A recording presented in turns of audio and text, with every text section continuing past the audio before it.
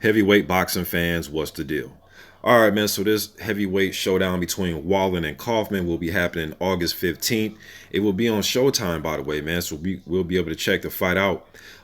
Fight News put out an article. Shouts out to Fight News. They had some quotes from both camps, and I will leave the link to this article in the comment section. You can click it, read it, come to your own surmise if you want to check out the full article, man. But Wallin went on to say, I've been training steady since the Fury fight, and I feel like I've developed my game in a lot of ways. Kauffman is a tough veteran that can both come forward or box if he wants to. He's a fan-friendly fighter, and I have to be ready at all times. We have a great game plan as always, and I'm in excellent shape. I know I have all the tools to beat Kauffman, okay?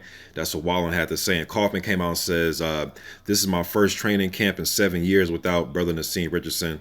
Rest in peace, man, to Brother Nassim Richardson. He says, but I know that he wouldn't want me to leave camp, and he want me to stay focused.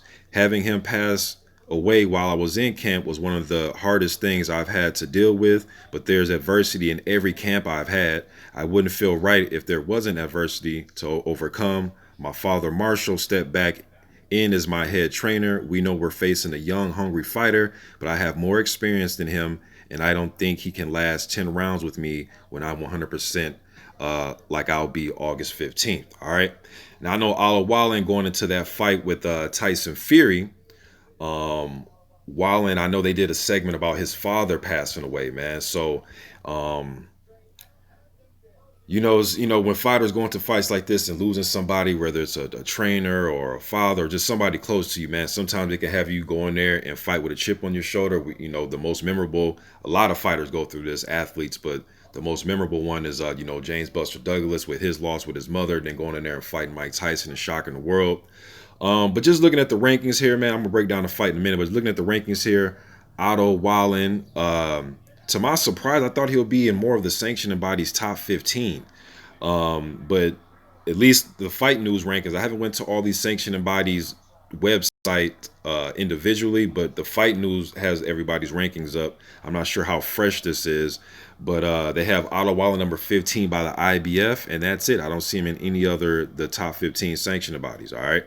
But Wallin pretty much just wants to prove that Tyson Fury, he lost the fight. He was able to open up a cut on Fury's eye with the punch, and he was able to make it tough in spots for Fury. I thought he fought well, but I thought Fury won the fight. But a lot of people thought the fight should have been stopped. I think Fury got 47 stitches or something to his eye.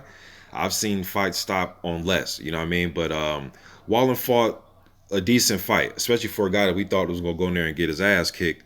He showed that he was no Tom Schwartz. You know what I mean? He actually went in there, won some rounds. He was, he did well. But I thought Fury pulled it out. But he wants to prove that, hey, man, that wasn't no fluke. I have a lot more of that left. He is the younger fighter going into this fight, and he is the southpaw. Travis Kauffman, last time we see him in the ring, he was in the ring, was that December 2018? Yeah, the Wilder Fury undercard. I actually seen this fight live when he fought Ortiz, man. And one thing about Kauffman, he's been in, like I said, been there with Ortiz. Him and Areola had a war about 5 years ago. Him and Amir Mansour, I remember the 12th round of that Mansour Kauffman fight was just a slugfest. You guys go watch that if you don't remember that, man. Then he had a fight with, before the Ortiz fight, he fought Scott Alexander. They actually dropped each other. Both of them dropped each other in the first round. So Kauffman, he is the senior of him and Wallin. He's the older guy with the experience, like Wallin alluded to, but I think Wallin should try to test those old legs, man. Test those knees, mix it up, try to fight tall using his jab. One thing about Ortiz, he was able to get that left hand through on Travis Kauffman, and he was doing a good job of blinding Kauffman with the jab and then coming with the left hand. He wasn't going left hand crazy. Kauffman's the type of dude, he'll turn a southpaw, he'll hold on the inside, he knows how to bang to the body, he'll sidestep. He's just a real crafty guy, man. He knows how to survive. He's not going to be intimidated by Wallin by any stretch. And he can box a little bit, he can move a little bit. But if I was Wallin, I would want to keep pressure on him, stay in front of him with my jab, pump the jab, fight tall, dig to the body, test those legs, make him move a little bit. Just put pressure on Kauffman by staying in front of him, overwhelm him with hand speeds and combinations. But he will, if he does that, he'll be giving Kauffman an opportunity to try to land an overhand right or a short uppercut or a short hook. He's a crafty guy. You know what I mean? But Wallin, man, I think wants to put everybody on notice and let everybody know that, hey, man, that wasn't a fluke. And he has to fight guys like Travis Kauffman and guys like this, man, until he gets a guy with a bigger name or guy with a ranking, right? Because sooner or later, I know Wallin wants to get in a title elimination type of bout. Um, and I would like to see him in there with any of these guys that have ratings next to him. I mean, you can name anybody: Joe Joyce, Charles Martin, Caballel, Helenius, Konaki, in a comeback fight for him. Anybody in here, man, I would love to see him paired up against, you know. But if you can't get those type of fights, those elimination type of fights with guys with rankings, then you want to gain experience fighting guys like a Travis Kauffman, even like a Brian Jennings, guys like that, guys that are going to come to fight, that know how to survive. And if you're sleeping and you're lacking, they might fuck around and upset you. You know what I mean? So, um,